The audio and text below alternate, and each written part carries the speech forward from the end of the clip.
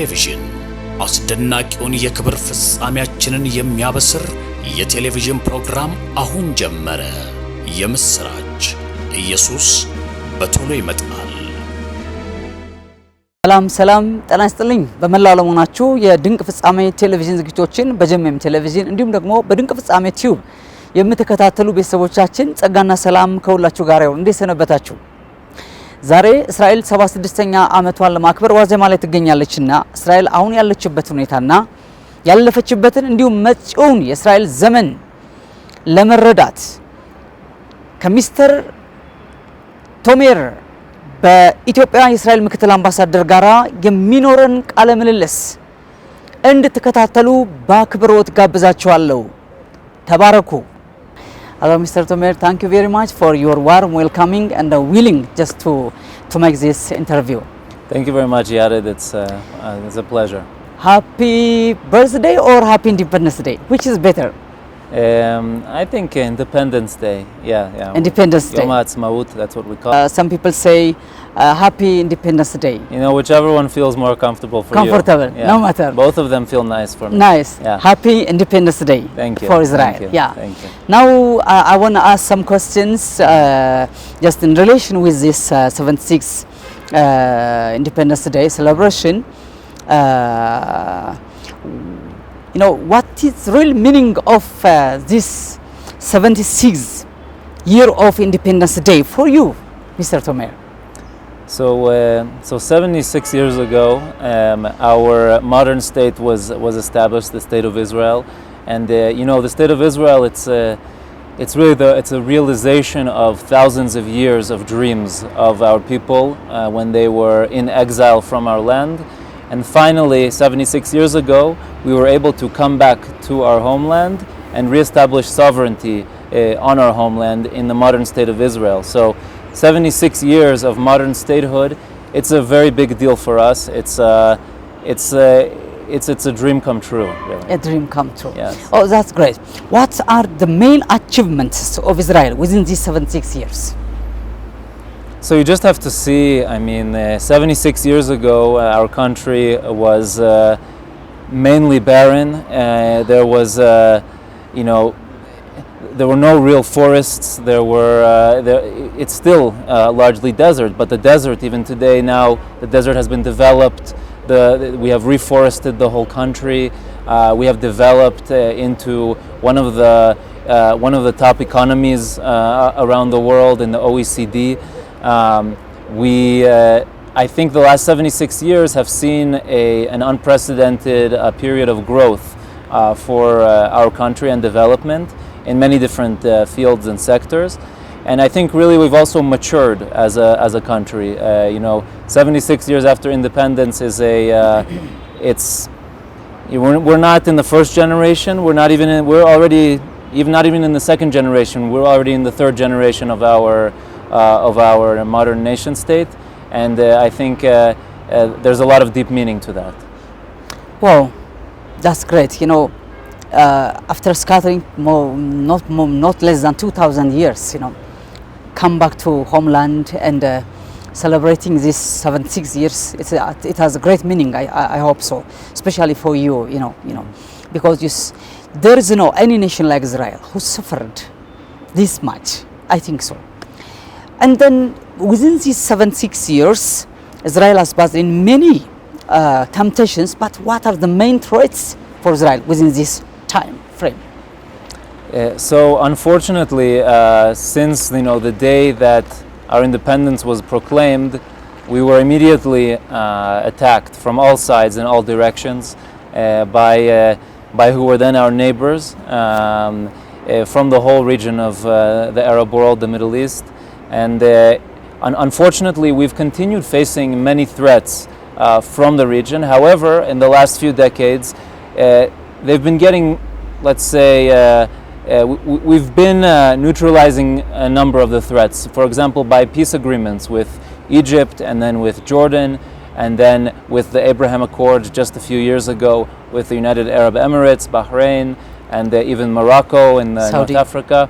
And Saudi, we were working on it, and we hope that after the current conflict comes to an end, and the moderate forces of the Middle East reawaken, then we will be able to get back on track with the Saudi-Israel rapprochement and let's say normalization deals, and then that will really signal a whole new era, I think, for the region. So Israel faces threats. We face threats right now, of course, from Hamas in the Gaza Strip, a terrorist organization which on October 7th carried out the bloodiest massacre of Jews since the Holocaust.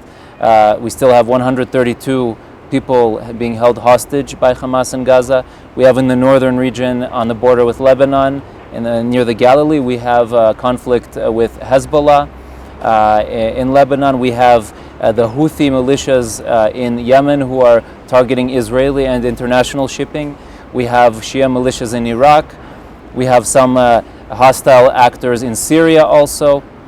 So the list goes on, but the thing is that all of these actors are, unfortunately, they're controlled by one specific route, and that is the Iranian regime, the Islamic Republic of Iran, who is using these proxies around the region to try and achieve its, let's say, ideological goal, which is the destruction of the State of Israel and the complete, let's say, spread of their radical version of Islam throughout the Middle East and the world. Israel is now ready to celebrate these 76 years of independence, and then still in war to Rafah. So what is the ultimate goal of this war to Rafah, Israel war?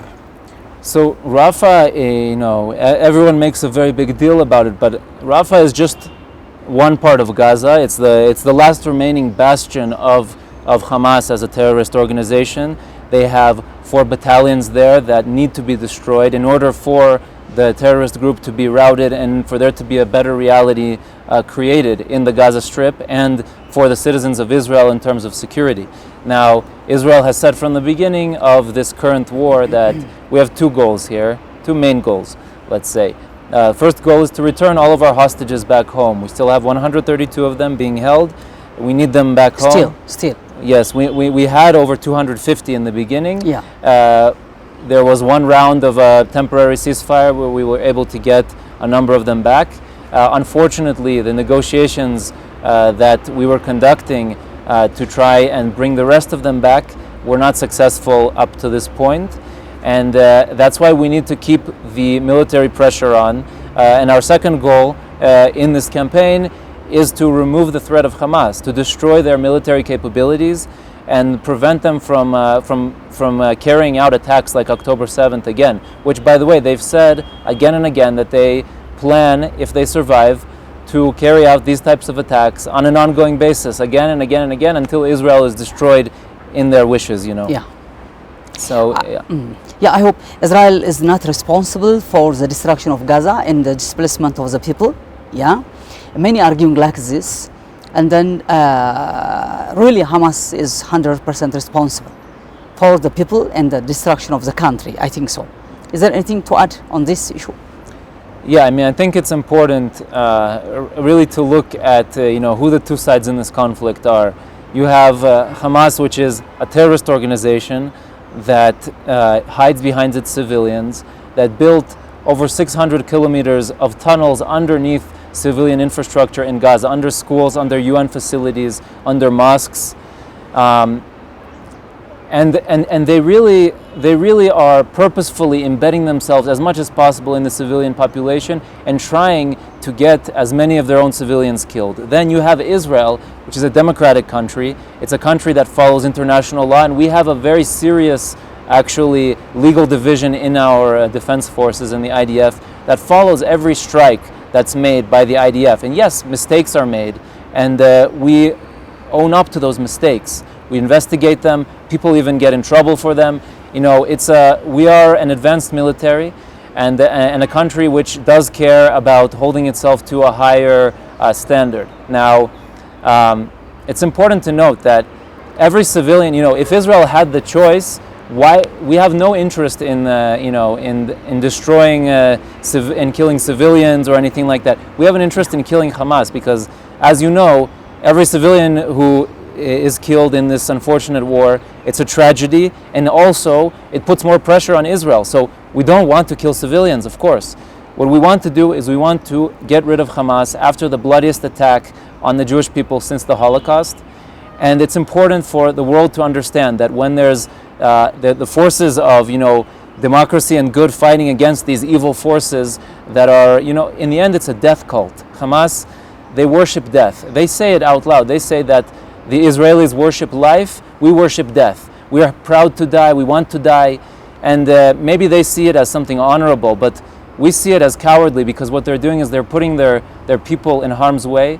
And our goal is to destroy Hamas and eliminate the threat to our civilians. That's great. So after 15 years, Israel is going to celebrate 100 years of Independence Day. And then within these 15 years, what shall we expect? What is the future of Israel? That's a great question. I think over the last 76 years, we've seen many interesting things happen in Israel and between Israel and the world. I was just thinking last week, 76 years ago, who could imagine that there would be an Israeli embassy here in Ethiopia and that Israel would be an actor on the world stage when there were just a few million refugees after the Holocaust, even less than a few million. This was in the beginning of Israel, we had a population of about 600,000. There was 600,000 people from refugees from the Holocaust, refugees from the Arab world, Jews who were kicked out of the Arab world, North Africa, and many other countries. And so in the next 15 years, we have many things that we can accomplish. And I think one of the most important things that we can and should accomplish, first of all, we need to stay united as a people. This is something we see that throughout history, when we are united, then we can conquer any challenges. And the second thing is that, and I hope and pray for this, that we will be able to make a lasting peace with our neighbors in the whole region of the Middle East, and so that we can achieve our goal, which is our goal is to live peacefully in our homeland, and they can see the benefit of accepting Israel and having good relations with Israel, because it's a mutually beneficial equation. And that's what I see as the biggest hope and dream for the next 15 years. So at age 100, hopefully Israel will be, its right to exist will not be questioned anymore. It will just be seen as a natural part of the region of the Middle East, and as a people that belongs there, as you know, as someone who reads the Bible, and as we all know, as part of our heritage. So those are some of the big wishes that we have. Mr. Tomer, I wish a happy, peaceful and a prosperous 76 years of Independence Day for Israel. I wish. Thank you so much, Yared, and we send blessings from Jerusalem to all of the people of Ethiopia and all of the people who watch your channel, and thank you very much again. Thank you. እጅግ የተወደዳችሁና የተከበራችሁ የድንቅ ፍጻሜ የቴሌቪዥን ፕሮግራም ተከታታዮቻችን ከሚስተር ቶሜር በኢትዮጵያ የእስራኤል ምክትል አምባሳደር ጋራ የ76ኛውን የእስራኤል የነጻነት ቀን ወይም የልደት ቀን በተመለከተ ያደረግነው ቆይታ ይሄንን ይመስላል። አምናለው እስራኤል አሁን ባለችበት ሁኔታ ባለፈችበትና ወደፊት ሊያጋጥማት ባለው ነገር ላይ ያላት ነገር በጥቂቱ እንደተረዳችሁ ተስፋ አደርጋለሁኝ። እንግዲህ በዚህ ፕሮግራም የተደሰታችሁ ወገኖችና ለእስራኤል ደግሞ ፍቅርና አክብሮታችሁን የምትገልጹ ወገኖች በዚህ ዩቲዩብ ላይ በኮሜንት መስጫ ላይ ለእስራኤል መልካም የነጻነት ቀን መልካም የልደት ቀን እያላችሁ መልእክታችሁን እንድታስተላልፉ በልዑል እግዚአብሔር ስም ጠይቃችኋለሁ።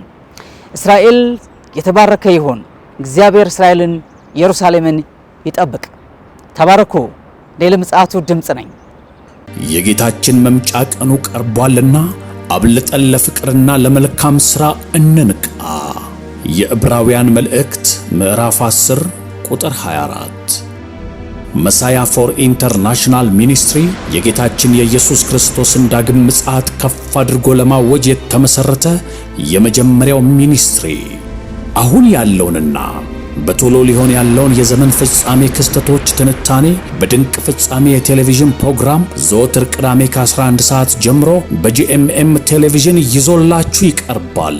ይህን የቴሌቪዥን የትምህርት ፕሮግራም ለጌታ ክብር ለቅዱሳን መነቃቃትን ያመጣ ዘንድ ፕሮግራሙን ስፖንሰር ያድርጉ። በተጨማሪም የሚኒስትሪው ተባባሪ አባል በመሆን የጌታን መምጣት ለማስቸኮል አብረውን ይሰሩ ዘንድ ጋብዘኖታል። የምስራች ኢየሱስ በቶሎ ይመጣል።